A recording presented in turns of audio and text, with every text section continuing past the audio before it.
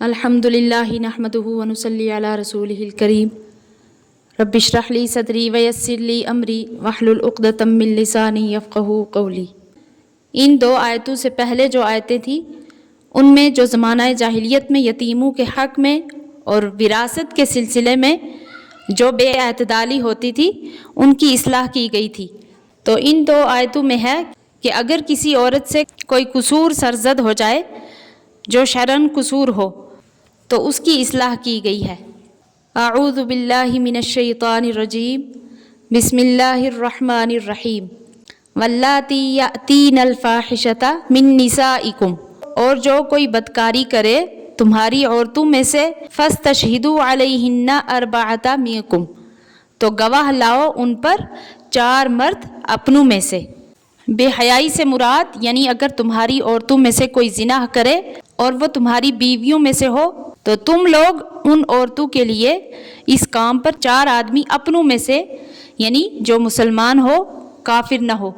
اور آزاد ہو یعنی غلام نہ ہو، اسی طریقے سے عاقل ہو یعنی دیوانہ نہ ہو، اور اسی طریقے سے بالغ ہو یعنی جو نابالغ نہ ہو، تو ایسے 4 آدمیوں کو گواہ کر لو تاکہ ان کی گواہی پر حکام سزا جاری کر سکیں۔ فَإِن شَهِدُوا فَأَمْسِكُوهُنَّ فِي الْبُيُوتِ حَتَّى يَتَوَفَّاهُنَّ الْمَوْتُ، پھر اگر وہ گواہی دے دیں تو بند رکھو ان عورتوں کو گھروں میں یہاں تک کہ ان کو موت آ جائے۔ او یجعل اللہ لہن سبیلا، یا مقرر کر دے اللہ ان کے لیے کوئی راستہ۔ تو یہ سزا جو یہاں مقرر کی گئی ہے شادی شدہ زانیہ عورت کے لیے، تو یہ شروع اسلام میں تھی کہ ان کو موت آنے تک اپنے گھروں سے نہ نکلنے دو، اور بعد میں جو فرمایا او یجعل اللہ لہن سبیلا کہ یا مقرر کر دے اللہ ان کے لیے کوئی راستہ، تو حضرت ابن عباس رضی اللہ عنہ سبیل کی تفسیر فرماتے ہیں یعنی الرجم للثیب والجلد للبکر، کہ شادی شدہ کے حق میں زنا کی حد اس کو سنسار کر دینا ہے اور غیر شادی شدہ کے لیے اس کو کوڑے مارنا ہے۔ اور یہ جو لفظ سبیلا آیا تو مرفوع احادیث میں بھی اس سبیل کا بیان رسول کریم صلی اللہ علیہ وسلم سے وضاحت کے ساتھ ثابت ہے، اور شادی شدہ غیر شادی شدہ ہر ایک کے لیے الگ الگ حکم بیان کیا گیا ہے۔ رسول کریم صلی اللہ علیہ وسلم نے حضرت ماعز بن مالک رضی اللہ عنہ اور قبیلہ ازد کی ایک عورت پر زنا کی حد جاری فرمائی تھی، اور یہ دونوں چونکہ شادی شدہ تھے اس لیے ان کو سنسار کر دیا گیا تھا۔ سنسار یعنی پتھر مار مار کر اس کو ہلاک کر دینا ہے، اور اگر غیر شادی شدہ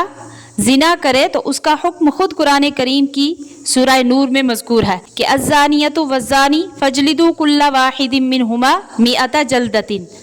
کہ زناکار عورت اور زناکار مرد میں سے ہر ایک کو 100 کوڑے مارو۔ حضرت عمر رضی اللہ عنہ کا ارشاد ہے اللہ تعالیٰ نے محمد علیہ السلام کو نبی برحق بنا کر بھیجا اور ان پر کتاب بھی نازل کر دی۔ جو کچھ وحی اللہ تعالیٰ نے نازل فرمائی اس میں رجم کی آیت بھی تھی۔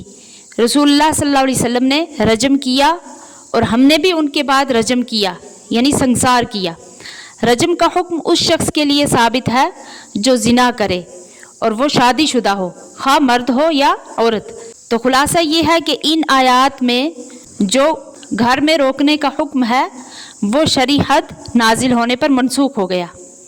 اب زنا کی جو حد ہے وہ کوڑے یا رجم پر عمل کرنا لازم ہوگا۔ اب اس کے بعد اس آیت میں ان 2 مردوں کا ذکر ہے جو غیر فطری طریقہ سے قضائے شہوت کرتے ہیں، تو ان کا حکم ہے واللذانی یأتیانہا منکم فآذوہما، اور جو 2 مرد کریں تم میں سے وہی بدکاری تو ان کو تکلیف پہنچاؤ۔ فإن تابا وأصلحا فأعرضوا عنہما، پھر اگر وہ دونوں توبہ کریں اور اپنی اصلاح کر لیں تو ان کا خیال چھوڑ دو۔ ان اللہ کان توابا رحیما، بے شک اللہ تعالیٰ توبہ قبول کرنے والا مہربان ہے۔ قاضی ثناء اللہ صاحب پانی پتی رحمۃ اللہ علیہ تفسیر مظہری میں لکھتے ہیں کہ میرے نزدیک اللذانی یأتیانہا کا مصداق وہ لوگ ہیں جو غیر فطری طریقہ پر قضائے شہوت کرتے ہیں، جیسے قوم لوط کا بھی یہ عمل ہوا کرتا تھا۔ حضرت ابو ہریرہ رضی اللہ عنہ سے روایت ہے کہ رسول اللہ صلی اللہ علیہ وسلم نے فرمایا اللہ تعالیٰ نے اپنی مخلوق میں سے 7 قسم کے لوگوں پر 7 آسمانوں کے اوپر سے لعنت بھیجی ہے، اور ان 7 میں سے ایک پر 3 دفعہ لعنت بھیجی ہے اور باقی پر 1 دفعہ۔ فرمایا ملعون ہے وہ شخص جو قوم لوط والا عمل کرتا ہے، ملعون ہے وہ شخص جو قوم لوط والا عمل کرتا ہے، ملعون ہے وہ شخص جو قوم لوط والا عمل کرتا ہے۔ اور اسی طریقے سے دوسری حدیث ہے، حضرت ابو ہریرہ رضی اللہ عنہ سے روایت ہے کہ رسول اللہ صلی اللہ علیہ وسلم نے فرمایا کہ 4 آدمی صبح کے وقت اللہ جل شانہ کے غضب میں ہوتے ہیں اور شام کو بھی اللہ جل شانہ ان سے ناراض ہوتے ہیں۔ میں نے پوچھا کہ وہ کون لوگ ہیں؟ آپ صلی اللہ علیہ وسلم نے فرمایا وہ مرد جو عورتوں کی طرح بنتے ہیں اور وہ عورتیں جو مردوں کی طرح بنتی ہیں، اور وہ شخص جو چوپایا کے ساتھ غیر فطری حرکت کرتا ہے، اور وہ مرد جو مرد سے قضائے شہوت کرتا ہے۔